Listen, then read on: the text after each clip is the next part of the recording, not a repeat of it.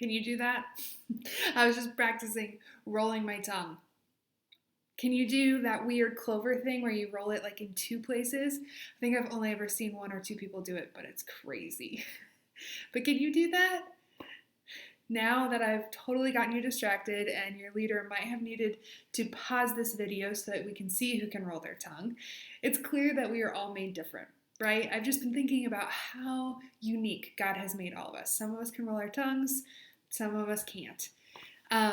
And some of us are athletic. Some of you are great at sports. You're great at soccer and basketball and all the things, football.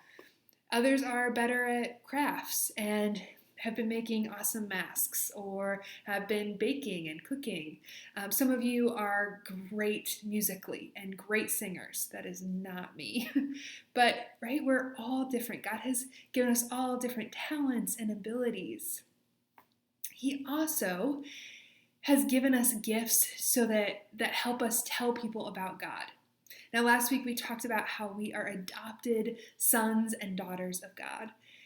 We belong to Him. He loves us. Our identity is found in Him. But He also has given us gifts so that we can tell others about Him.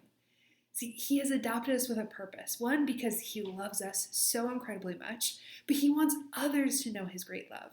Right? All the things we've talked about, all these amazing truths that God He exists, that He died for us, that He has adopted us as sons and daughters, right? He wants the world to know these things. And so He's given us abilities and talents to help make His name known in the world, to tell people about His great love. Some of us are really compassionate and have gifts of compassion and mercy. I think of one of our students who I have watched serve with our special needs ministry, and he shows so much compassion and patience and gentleness with our special needs students at Willowdale, or children at Willowdale. And it's amazing to watch. Some of you are great at hospitality, and I have watched you welcome students in and invite them to play a game or just say hello to them. You've invited your friends to small group. Some of you might be great communicators and teachers, and when you read something in the Bible, you just want to tell people about it, and you spread the word that way. See, but God has given us these different gifts so that His name can be known, so we can tell people about God. So today we're going to take some time to talk about that. We call these things spiritual gifts. So we're going to take some time to talk about spiritual gifts. What does the Bible say about spiritual gifts?